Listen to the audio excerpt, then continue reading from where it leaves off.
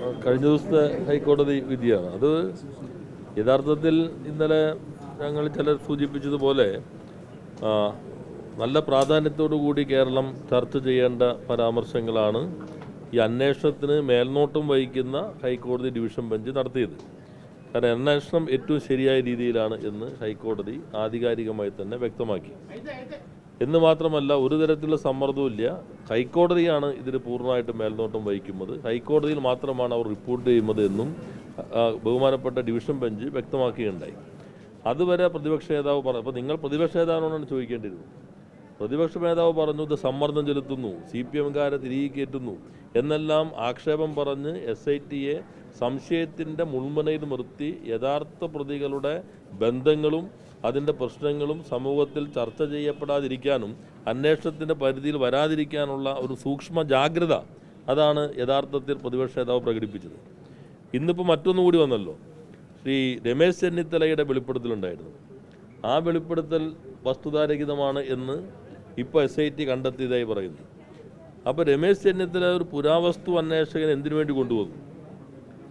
ഈ രണ്ട് പ്രതികളെന്നാണ് നേരത്തെ പറഞ്ഞതെങ്കിൽ ഇപ്പോൾ യഥാർത്ഥത്തിൽ സ്വർണം കട്ടവർ, സ്വർണം വാങ്ങിയവർ, അതുമായി ബന്ധപ്പെട്ടുമെന്ന് 3 പ്രധാന പ്രതികൾ, ആ 3 പ്രധാന പ്രതികളും ഒന്നിച്ചു വന്നിട്ടുള്ള ഏക ഫോട്ടോ, ഏക എന്ന് പറയാൻ പറ്റില്ല, കാരണം 3 ഘട്ടങ്ങളിൽ ഫോട്ടോയുണ്ട്.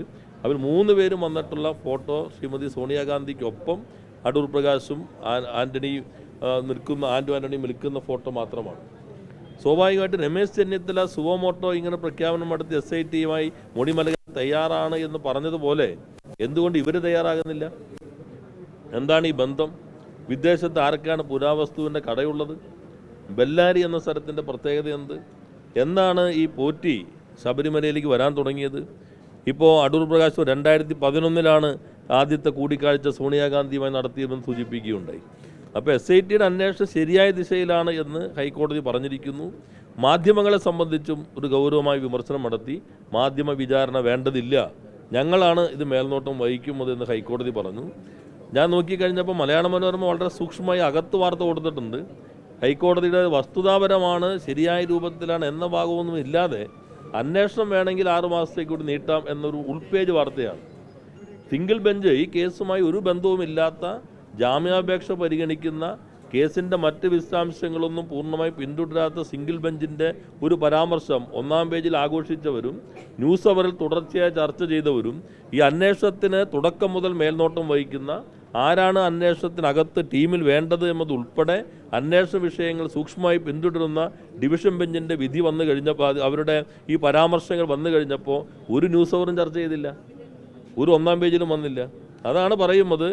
അതുകൊണ്ടാണ് ചില സംഘടനാ നേതാക്കന്മാർ കഴിഞ്ഞ ദിവസം പറഞ്ഞല്ലോ, രാഷ്ട്രീയവൽക്കരിക്കാൻ ശ്രമിക്കരുത്. അതാണ് ഇതിനകത്ത് കാണുന്നത്.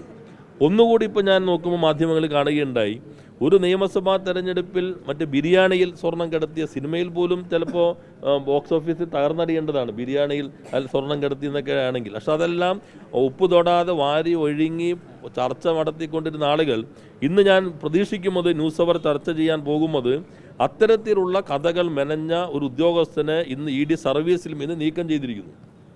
ആ ഉദ്യോഗസ്ഥൻ ഈ സ്വർണ്ണക്കട കഥ പോലെയുള്ളത് മെനഞ്ഞെടുക്കുന്നതിൽ എന്തെല്ലാം പങ്കുവഹിച്ചിട്ടുണ്ട്, എന്തെല്ലാം ചെയ്തു എന്നുള്ളത് കേരളത്തിലെ ചാനലുകളുടെ ന്യൂസ് അവർ ഇന്ന് ചർച്ച ചെയ്യും.